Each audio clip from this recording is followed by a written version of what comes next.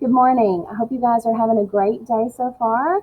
We're going to get started on a new art project today. It is in the style of famous Canadian landscape artist Ted Harrison. Ted is from the Yukon area of Canada.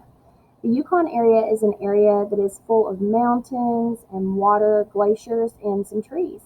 And Ted Harrison is famous for creating landscapes, which are pictures that have land in them, or mountains, and sometimes even water a little bit, but mostly land in them. And we are going to create a picture in the style of Ted Harrison. Now, he was born in 1926 and he passed away in 2015, so he's no longer living. He's an amazing artist, and I can't wait for us to get started. Okay, so we are going to get started on our landscape drawing in the style of Ted Harrison. And the first thing we're going to do is we're going to draw a horizon line. A horizon line is the line that separates the sky from land or water.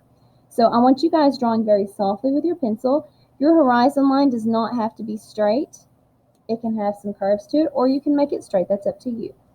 After you do this, I would like for you to put a few more lines underneath this. What you're going to be doing is creating hills, even possibly trenches, and other areas. We don't want our lines to be exactly the same. We want them to all be different.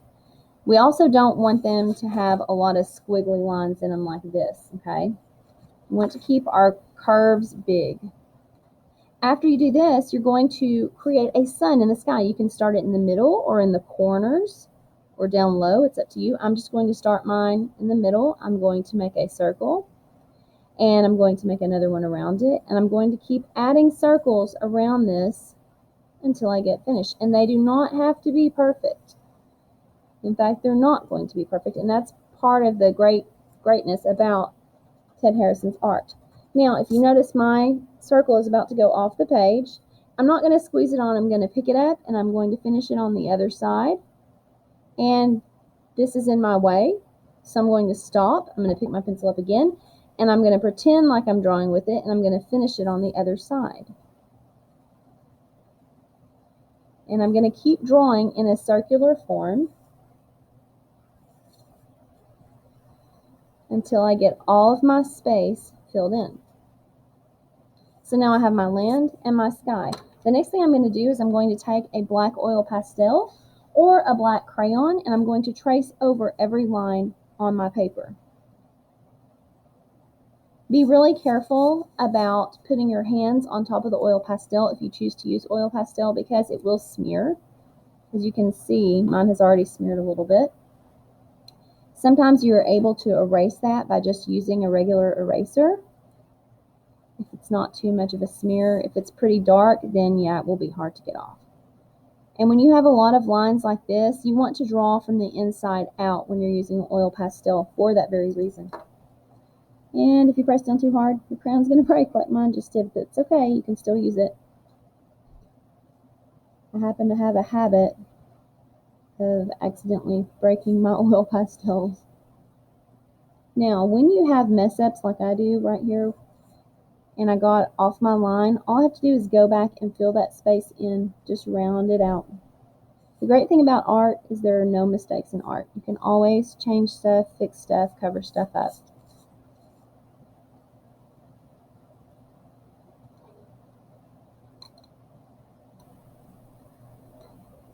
Alright, I've gotten everything traced over just about, except for these last two little lines here in my sky.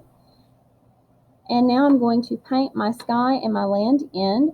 I'm going to use warm colors and cool colors. Warm colors are colors that when we see them, they make us feel warm. For example, red, orange, yellow, pink, brown, those are all warm colors. Cool colors would be green, purple, blue, black, white, silver, gray. Those are all cool colors. And what I'm going to do is I'm going to use warm colors in one section and cool colors in another section. You can choose to use cool colors up top and warm colors on the bottom, or you can use warm colors up top and cool colors on the bottom. Hopefully you've looked at the picture next to our video that shows you the warm and the cool colors.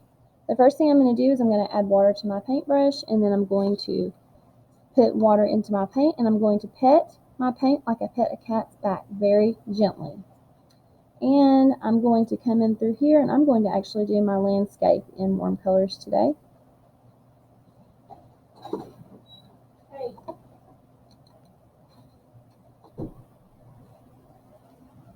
Okay, so I'm going to finish painting this section in. And each section we want to paint in with a different warm color.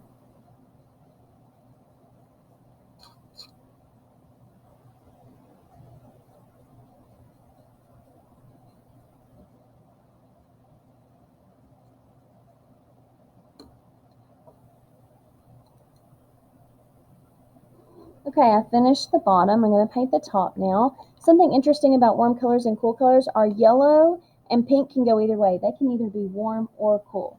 But you just need to choose which one you're going to put them with. Are you going to put your yellow and pink with warm colors or with cool colors? That's up to you. I'm going to go ahead and paint my top now. I'm going to start with, I think, a blue in the center. My sun just went dark, y'all. And I'm going to paint purple around that. And I can mix my colors even. I think on this next one I'm going to mix my purple and my blue.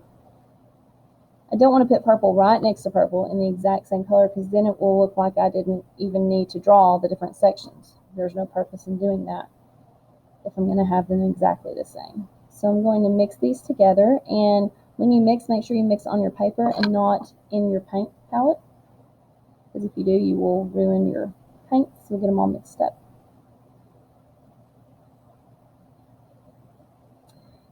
And I'm going to continue painting this.